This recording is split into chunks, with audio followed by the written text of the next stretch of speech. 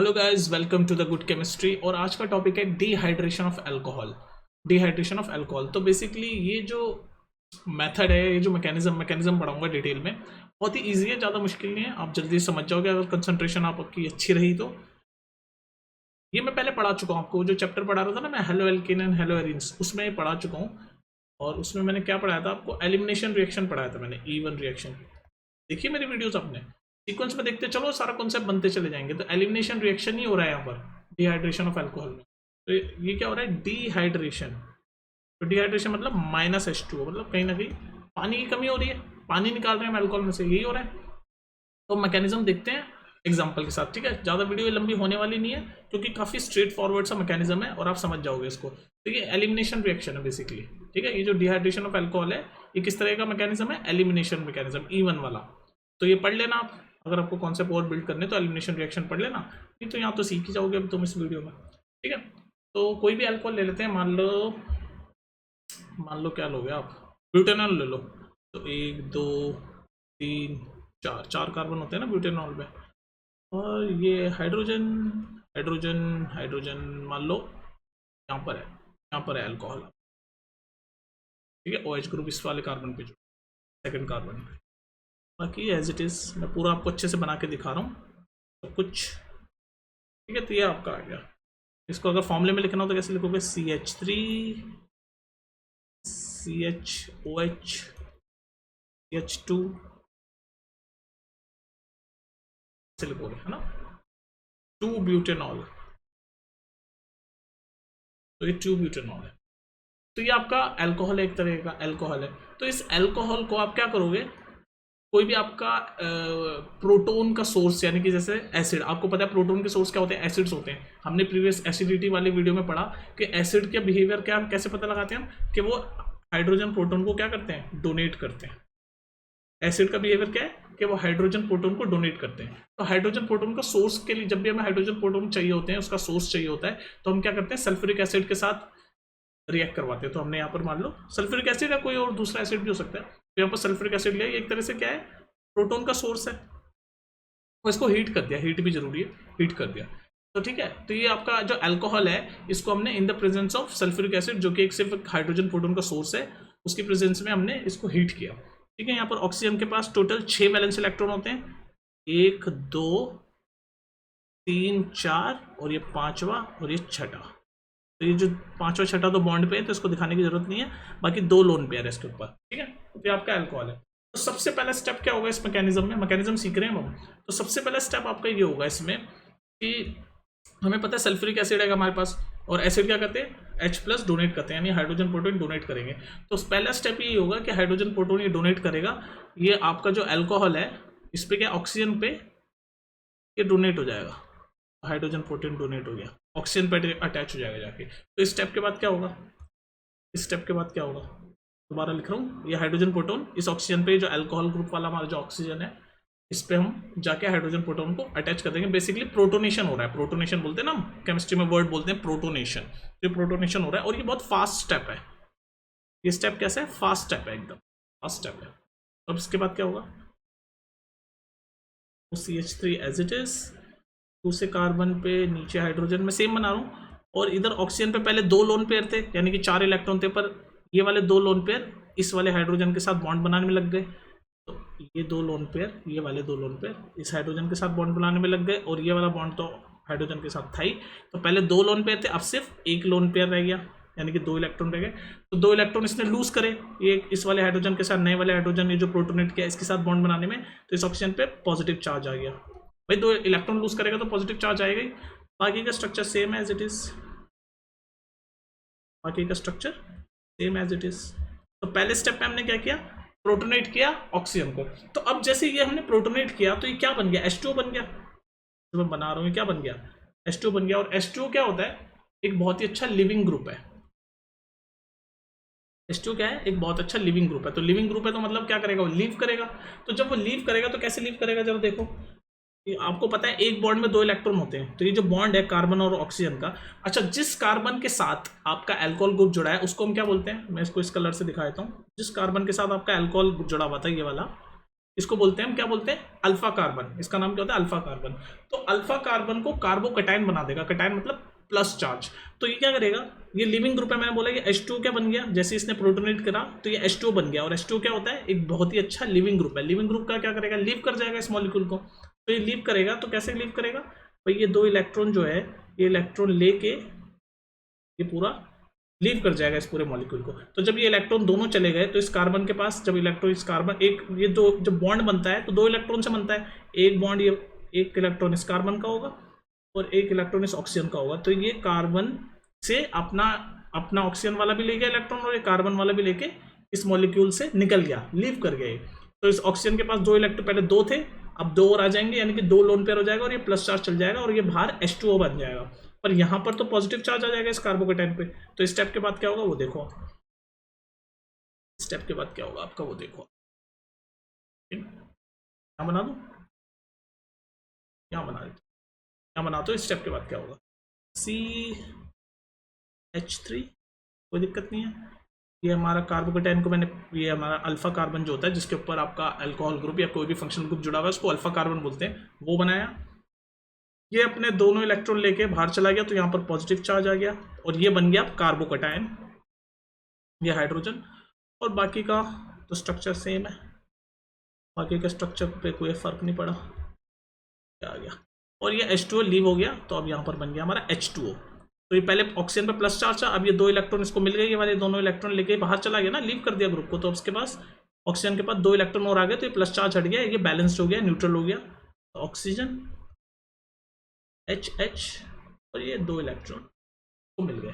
Colour code कर देते हैं, 2 इलेक्ट्रॉन व्हाइट वाले थे और ये येलो वाले 2 इलेक्ट्रॉन इसने लेके ये बाहर चला गया, येलो वाले 2 इलेक्ट्रॉन लेके ये बाहर चला गया, अब ये न्यूट्रल हो गया। यहाँ तक बात समझ में आ गई। अब ये बन गया कार्बोकटायन, क्योंकि प्लस चार्ज है कार्बोकटायन। इसको क्या बोलते हैं केमिस्ट्री की भाषा में, कार्बोकटायन। क्या बन गया, यहाँ लिख देता हूँ आपको समझाने के लिए, कार्बोकटायन। कटायन मतलब पॉजिटिव चार्ज, पॉजिटिव आयन, और कार्बन मतलब कार्बन। तो ये कार्बोकटायन बन गया। अब क्या होगा नेक्स्ट स्टेप में, क्या होगा नेक्स्ट स्टेप में क्या होगा, ठीक है। तो ये कार्बोकटायन बन गया, इसके ऊपर प्लस चार्ज आ गया। अब मैकेनिज्म ये कहता है कि प्लस चार्ज आ गया, अब मैकेनिज्म ये कहता है कि ये, अब देखो ये आपका वाटर मॉलिक्यूल बन गया। तो ये वाटर मॉलिक्यूल यहाँ से निकला था, तो अब ये आपको इलेक्ट्रोनेगेटिव बताया, ये ऑक्सीजन जो क्या होता है वो ज़्यादा इलेक्ट्रोनेगेटिव है तो इसके ऊपर पार्शियल नेगेटिव चार्ज है और बाकी इन दोनों पे पार्शियल पॉजिटिव चार्ज है, कोई दिक्कत नहीं है। तो या तो जरूरी नहीं है कि यही अल्कोहल, कोई और दूसरा भी, जैसे जो सल्फ्यूरिक एसिड था वो भी, हमने सिर्फ इसको ऐसे बोला है कि प्रोटॉन सोर्स है। तो आप इतना समझो कि वाटर मॉलिक्यूल है, इसके ऊपर पार्शियल नेगेटिव चार्ज है। अब होगा क्या, मैकेनिज्म ये कहता है कि जो कार्बोकटायन है जिसको हम अल्फा कार्बन बोलते हैं, जिस कार्बन पे हमारा अल्कोहल जुड़ा हुआ था, इसको अल्फा कार्बन बोलते हैं ना, पिंक कलर से दिखाया मैंने। इस अल्फा कार्बन के बाजू में जो होते हैं ना बीटा हाइड्रोजन, एक बीटा हाइड्रोजन रिमूव होगा। अब बीटा हाइड्रोजन मतलब जो अल्फा कार्बन है उसके बिल्कुल पास वाला जो हाइड्रोजन है, जो उसके पास जुड़ा हुआ है कार्बन पे, जो अल्फा कार्बन के पास वाले जो कार्बन है उसके ऊपर जो हाइड्रोजन जुड़ा हुआ है उसको बोलते हैं बीटा हाइड्रोजन। तो ये हमारा अल्फा कार्बन है, तो इसके पास 2 तरीके के बीटा कार्बन है, ये भी है, ये भी है, और इन दोनों पे हाइड्रोजन जुड़े हुए, इस पे 2 जुड़े हुए, इस पे 3 जुड़े हुए। तो इनमें से या तो इस वाले में 3 हाइड्रोजन में से 1 हाइड्रोजन रिमूव होगा या इसमें से हाइड्रोजन रिमूव होगा। तो किस में से होगा ये आपको जानना है। तो उसके लिए एक रूल होता है जिसका नाम होता है जेटसेव रूल, जेटसेव रूल, ठीक है।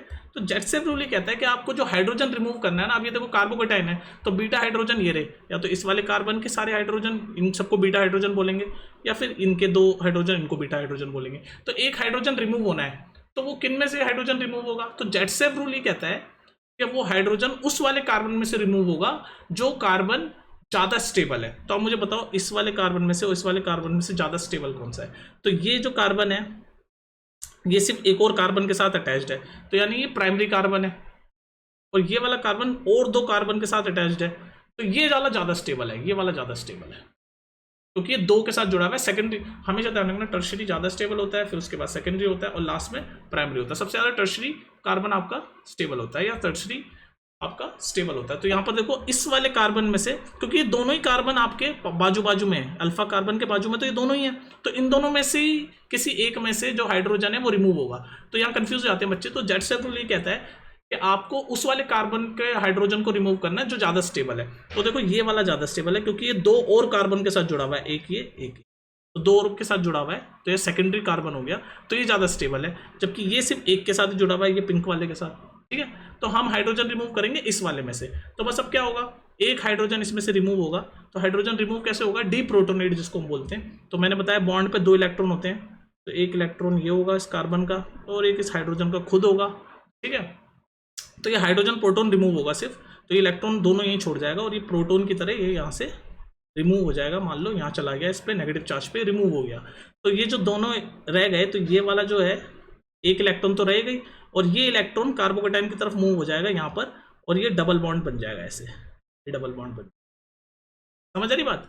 तो ये डबल बॉन्ड बन जाएगा और ये देख लो अब आपका डिहाइड्रेशन हो चुका है अल्कोहल का और आपका एल्कीन बन गया है। तो इस स्ट्रक्चर के बाद क्या बनेगा, ये बनेगा जो मैंने बताया, ये हाइड्रोजन रिमूव हो जाएगा, ये वाला हाइड्रोजन रिमूव हो जाएगा, डीप्रोटोनेट हो जाएगा, डीप्रोटोनेट। ये अपने दोनों ये ब्लू इलेक्ट्रॉन छोड़ के मॉलिक्यूल को छोड़ देगा और ये कार्बन पे, इस वाले कार्बन पे तो है ही चार्ज ये इलेक्ट्रॉन, और ये वाला इलेक्ट्रॉन कार्बोकेटाइन क्योंकि प्लस है तो इसकी तरफ मूव करेगा और यहाँ डबल बॉन्ड बन जाएगा ऐसे। तो ये क्या बन गया आपका 1 2 2, दूसरे पे एल्कीन है तो ये बन जाएगा ब्यूट-2-इन, ब्यूट-2-इन। और यही आपका मैकेनिज्म है पूरा डिहाइड्रेशन ऑफ अल्कोहल। ये चला जाएगा आपका और ये आपका स्ट्रक्चर ये बन जाएगा, जो मैं ब्लू बता रहा हूँ ना, ब्लू बॉक्स में ये आपका पूरा ये आपका पूरा स्ट्रक्चर। ये जगह कम है इसलिए मैंने दोबारा लिखा नहीं, ये आपका पूरा स्ट्रक्चर बन गया ब्यूट-2-इन। ठीक है, तो जेटसेव रूल ने ये बताया कि भाई कौन से, बस यहाँ पर बच्चे कंफ्यूज होते हैं कि किस वाले कार्बन से हम हाइड्रोजन रिमूव करें। जब कार्बोकेटाइन बन जाता है तो ये डबल बॉन्ड बनाने के लिए हाइड्रोजन रिमूव करना पड़ता है, तभी आपका डबल बॉन्ड बनेगा। हाइड्रोजन रिमूव करोगे 2 इलेक्ट्रॉन रह जाएंगे तो डबल बॉन्ड बन जाएगा। तो बच्चे ये कंफ्यूज होते हैं कि भाई इस वाले कार्बन के हाइड्रोजन को रिमूव करूँ या इस वाले कार्बन के हाइड्रोजन को रिमूव करूँ। तो इसका मैंने जेटसेव रूल ये कहता है कि उस कार्बन के हाइड्रोजन रिमूव करो जो कि ज्यादा स्टेबल है। तो मैंने कहा भाई ये ज्यादा स्टेबल है, क्यों ज्यादा स्टेबल है, क्योंकि ये कार्बन 2 और कार्बन से अटैच्ड है, मतलब ये सेकेंडरी कार्बन है, 2 डिग्री कार्बन है, तो ये 2 डिग्री हमेशा ज्यादा स्टेबल होता है। और ये वाला से रिमूव करते हैं तो ये तो इसके सिर्फ एक और कार्बन के साथ अटैच्ड है, तो ये 1 डिग्री कार्बन है, ये कम स्टेबल है, तो ज्यादा स्टेबल वाले हाइड्रोजन से रिमूव करते हैं।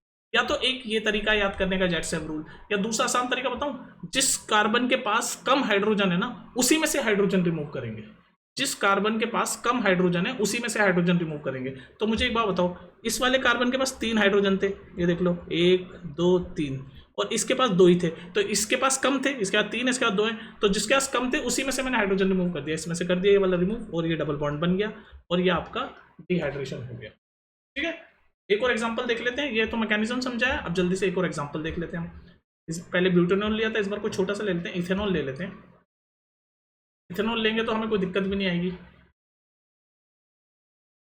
सेलेक्ट करने की। तो मान लो ये इथेनॉल ले लिया मैंने, 2 कार्बन होते हैं उसमें, ये आपका CH3, एक सेकेंड जल्दी से करेंगे, अब मैकेनिज्म तो सीख चुके हैं हम। CH3, ये OH और H और ये H, ऑक्सीजन पे 2 लोन पेयर दिख रहा है ना आपको, थोड़ा सा नीचे बनाना पड़ेगा क्योंकि मैकेनिज्म समझाना पड़ेगा आपको थोड़ा, एक सेकेंड। या प्रोपेनॉल ले लेते हैं, प्रोपेनॉल 1 2 3, हाइड्रोजन हाइड्रोजन हाइड्रोजन, मान लो यहाँ पर आपका अल्कोहल ग्रुप जुड़ा हुआ है, ऑक्सीजन पे 2 इलेक्ट्रॉन 2 लोन पेयर, ये हाइड्रोजन और इसके पास 3 हाइड्रोजन। ठीक है, इसको रिएक्ट करवाया H2SO4 जो कि कुछ नहीं है, एक हाइड्रोजन प्रोटॉन का सोर्स है, हीट किया गया। तो सबसे पहला मैकेनिज्म या सबसे पहला स्टेप ये होता है कि ये ऑक्सीजन को प्रोटोनेट करता है, हाइड्रोजन प्रोटॉन के साथ प्रोटोनेट हो गया। तो इस स्टेप के बाद क्या बनेगा, स्टेप के बाद आपका कार्बन, अब मैं जल्दी कर रहा हूँ क्योंकि मैंने मैकेनिज्म एक्सप्लेन कर दिया। सबसे पहले स्टेप में क्या होगा, ये प्रोटोनेट करेगा अल्कोहल को, तो ये C और ये आपका हाइड्रोजन, पहले ऑक्सीजन पे 1 हाइड्रोजन था, अब ये प्रोटोनेट कर दिया तो दूसरा हाइड्रोजन भी आ गया। तो इसके बाद 2 लोन पेयर थे, तो 1 लोन पेयर इसने इस वाले हाइड्रोजन के साथ बॉन्ड बनाने में, ये जो बॉन्ड बना इसमें यूज कर लिया। तो इसके बाद सिर्फ 2 इलेक्ट्रॉन यानी कि 1 लोन पेयर रह गया, तो इसने इलेक्ट्रॉन लूज करे ये बॉन्ड बनाने के लिए, तो इसके ऊपर प्लस चार्ज आ गया, बाकी का स्ट्रक्चर तो सेम ही था। अब ये बन गया H2O और हमें पता है कि H2O बन गया, ये OH था, एक H जुड़ गया तो H2 बन गया। और ये क्या होता है, एक बहुत ही अच्छा लिविंग ग्रुप है। लिविंग ग्रुप क्या करता है, लीव करता है मॉलिक्यूल को, तो ये बस लीव करेगा। अब ये लीव कैसे करेगा, जब ये लीव करेगा तो ये कार्बन का ये इलेक्ट्रॉन और ये ऑक्सीजन का एक इलेक्ट्रॉन, ये जो बॉन्ड बना हुआ है 2 इलेक्ट्रॉन से बनता है, तो ये अपने इलेक्ट्रॉन लेके, कार्बन वाला भी और अपना ऑक्सीजन वाला भी लेके ये लीव कर जाएगा इस ग्रुप को, और ये इस कार्बन को कार्बोकैटायन बना देगा। तो इस स्टेप के बाद क्या होगा, ये कार्बन 3 हाइड्रोजन और वो कार्बन नीचे हाइड्रोजन। पहले मैं पूरा स्ट्रक्चर बना देता हूँ, फिर वहाँ बताता हूँ क्या होता है।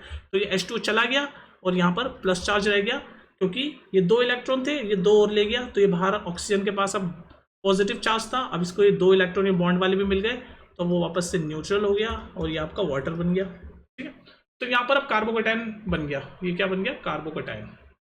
अब क्या करना है आपको, हाइड्रोजन रिमूव करना है जो उसके पास वाले कार्बन है उनमें से। तो इसके पास वाले दोनों कार्बन सेम ही है, दोनों के पास 3-3 हाइड्रोजन है। मैंने आपको आसान तरीका बताया था जेटसेव रूल का। जेटसेव रूल का आसान तरीका बताया था कि हम उस वाले कार्बन में से हाइड्रोजन रिमूव करेंगे जिसके पास कम हाइड्रोजन है।